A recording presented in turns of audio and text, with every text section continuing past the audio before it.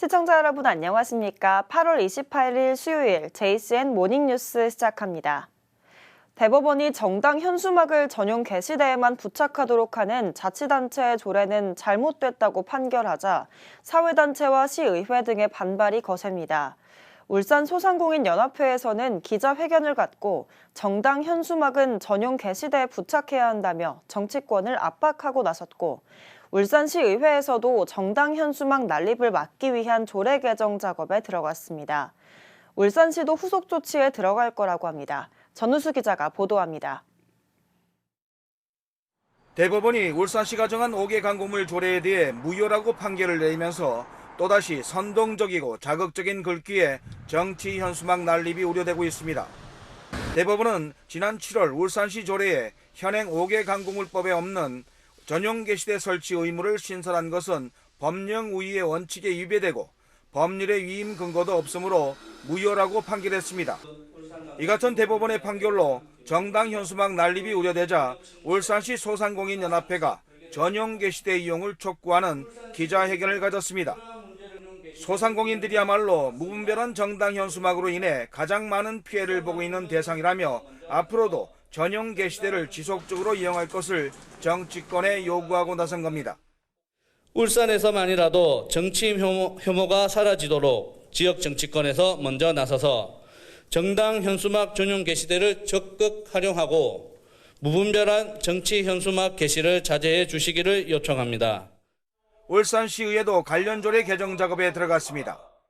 우리 시민들을 위해서 하루 빨리 이거를 개정해야 되지 않겠나라고 우리 8대 시의원 22명이 모두 다 동참하시고 공감하셔가지고 이렇게 좀.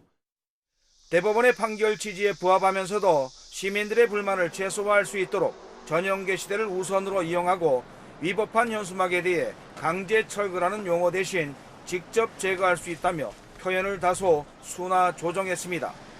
관련 조례는 이번 울산시의 제251회 임시회 중인 29일 산업건설위원회에서 다뤄질 예정입니다. 울산시도 후속 조치에 들어갔습니다. 울산시는 대법원 판결과 무관하게 앞으로도 정당 현수막 전용 게시대를 지속적으로 운영하기 위해 정당 현수막 청정지역 선포 등을 추진한다는 방침입니다. 조례가 개정이 되면 시민들의 호응도가 매우 높기 때문에 정당 현수막 전용 게시대 이용에 대해서 각 정당들의 협조를 요청하고 같이 참여하는 분위기를 만들어 나가도록 하겠습니다.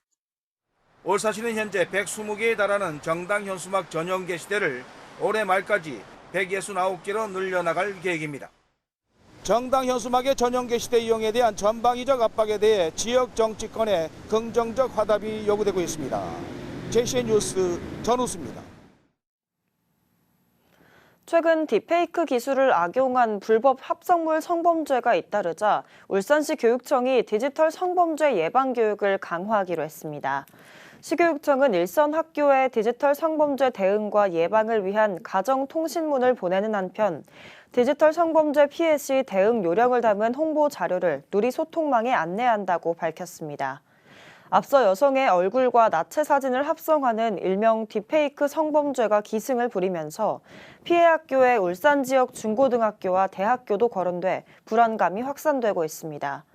시교육청과 울산경찰청은 현재까지 피해 신고는 없었고 피해 사례가 확인되면 상담과 심리치료를 지원할 계획이라고 밝히고 디지털 성범죄 피해가 발생하면 디지털 성범죄 피해자 지원센터나 여성 긴급전화 1366으로 신고해 줄 것을 당부했습니다. 울산시는 최근 코로나19가 재유행함에 따라 코로나19 치료제 처방기관과 조제기관 안내에 나섰습니다. 울산시에 따르면 울산 관내에는 코로나19 치료제 처방기관이 228개소, 조제 약국은 129개소에 달하며 소재지는 울산시 누리집과 감염병 포털에서 확인이 가능합니다. 한편 울산시는 지난 5월 1일부터 코로나19 위기 단계 하향 등으로 코로나19 치료제 무상 지원이 종료됨에 따라 치료제 처방 시 최소한의 본인 부담금이 발생하며 다만 의료급여 수급권자와 차상위 본인 부담 경감 대상자는 무상 지원이 그대로 유지된다고 밝혔습니다. 울산해양경찰서가 어제 울산항의 마약 밀반입을 차단하기 위한 불시 점검을 실시했습니다. 해경은 울산세관과 울산항만공사 등 유관기관과 함께 남미에서 출항해 지난 26일 입항한 화물선 내부를 최첨단 수중 드론을 이용해 수색했습니다. 이번 점검은 지난 4월 울산 온산항에 입항한 화물선에서 발견된 코카인을 압수한 사건에 대한 후속 조치로 울산 관내 무역항이 마약류 유입 창구로 이용될 가능성을 사전에 찾아내기 위해 실시됐습니다. 울산시 의회가 어제 의장 직무대행 체제 이후 사무처에 대한 첫 인사를 28일자로 단행했습니다. 이번 인사는 5급 4명, 6급 이하 6명 등 전보 10명과 휴직 1명 등 모두 11명을 대상으로 시행됐으며 의장 직무대리 체제하에서 조직 안정을 최우선으로 하는 데 주안점을 두고 인사폭을 최소화했다는 게 특징입니다. 김종섭 의장 직무대리는 이번 인사와 관련해 울산시 의회가 초유의 사태로 후반기 의회 출발이 늦어졌지만 직무대리 체제 이후 원구성과 정책지원관 상임위 배치에 이어 이번 인사까지 마무리됨으로써 제251회 임시회에 상정된 각종 안건을 차질 없이 추진할 수 있게 됐다고 설명했습니다. 청와대의 울산시장 선거 개입 의혹 사건과 관련해 1심에서 실형을 선고받은 송철호 전 울산시장의 항소심 선고가 오는 10월 내려질 전망입니다. 서울고등법원은 어제 열린 공판에서 가급적 다음 달 10일에 변론을 종결하자고 말해 이르면 10월 안으로 선고가 내려질 가능성이 높습니다. 울산시장 선거 개입 의혹 사건은 2018년 지방선거를 앞두고 문재인 전 대통령의 친구이자 당시 민주당 울산시장 후보였던 송철호 전 시장을 당선시키기 위해 청와대가 조직적으로 개입했다는 의혹으로 앞서 1심에서는 송철호 전 울산시장과 송병기 전 울산시 경제부시장, 황운하 전 울산경찰청장에게 각각 징역 3년이 내려졌습니다. 울산시 교육청이 추석을 앞두고 청렴 위반 주의보를 발령했습니다. 청렴 위반 주의보는 부패 취약 시기에 발생할 수 있는 공직자 부패 행위와 청탁금지법 등 관련 법령 내용을 알려 청렴한 공직 문화를 정착시키는 울산시 교육청의 청렴 대책 중 하나입니다. 시교육청은 공직자와 직무 관련자 간 관행적인 선물이나 향응을 금지하고 자체 감찰반을 편성해 감찰에 나섭니다. 한편 청탁금지법 시행령 개정에 따른 청탁금지법이 정한 공직자의 식사비 한도는 어제부터 3만 원에서 5만 원으로 올랐습니다. 남구 야음동 일원 주민들이 어제 울산시청 프레스센터에서 기자회견을 갖고 코오롱건설이 아파트 신축 공사를 하면서 70년 넘게 오가던 마을 안길을 폐쇄했다며 울산시의 원상 복구를 촉구했습니다.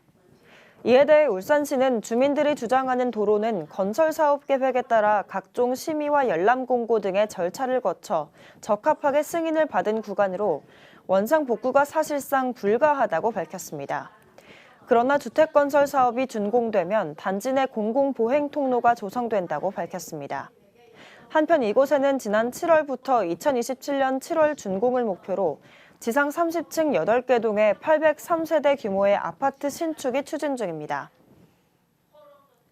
정산진 신임 울산경찰청장이 범죄 예방과 소통 중심의 교통정책을 강조했습니다. 정 청장은 어제 부임 인사차 JCN 울산중앙방송을 방문한 자리에서 범죄 예방에 주력하는 데 이어 대한민국 대표 산업도시인 울산 지역 기업들의 원활한物流 운송을 위해 소통 위주의 교통정책을 펼치고 불합리한 교통체계는 개선하겠다고 말했습니다. 대구 출신의 정 청장은 경찰대 6기로 대구경찰청 달서경찰서장과 경북경찰청 수사부장, 충북경찰청장 등을 지냈습니다.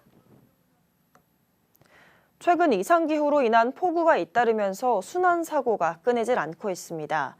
출동한 소방대원들이 구조에 나서더라도 열악한 상황 속에서 익수자를 구조하는 건 쉬운 일이 아닌데요. 울산소방본부가 신속하고 안전한 구조를 위해 수중 로봇 등 각종 첨단 장비들로 익수자를 구조하는 시연회를 열었습니다. 라경훈 기자가 현장을 다녀왔습니다.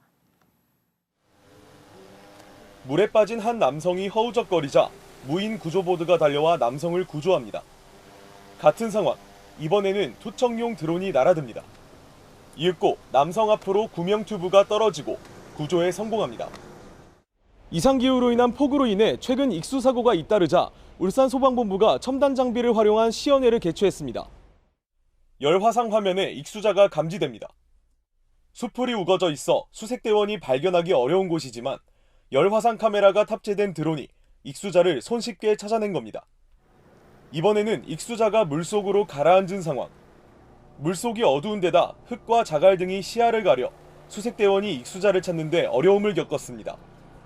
하지만 수중 로봇을 통해 전방 200m 앞까지 내다보며 익수자를 쉽게 찾아내는 데 성공합니다. 저희가 수중에서 수색을 할 때 보면은 저희 시야가 손 앞에 손을 놔도 잘 안 보일 정도로 그 정도로 시야가 탁한데 음파 탐지기를 이용해서 더 먼 거리에 있는 구조 대상자를 수색할 수도 있고 그런 점에서 장점이라고. 이처럼 첨단 소방 장비를 통한 신속하고 안전한 인명 구조가 가능해지자 소방대원의 훈련도 변화하고 있습니다. 도입되자마자 시연회를 거쳐서 각 팀별로 계속 훈련을 했었고 앞으로도 변화되는 환경에 맞게 계속 훈련을 할 계획입니다.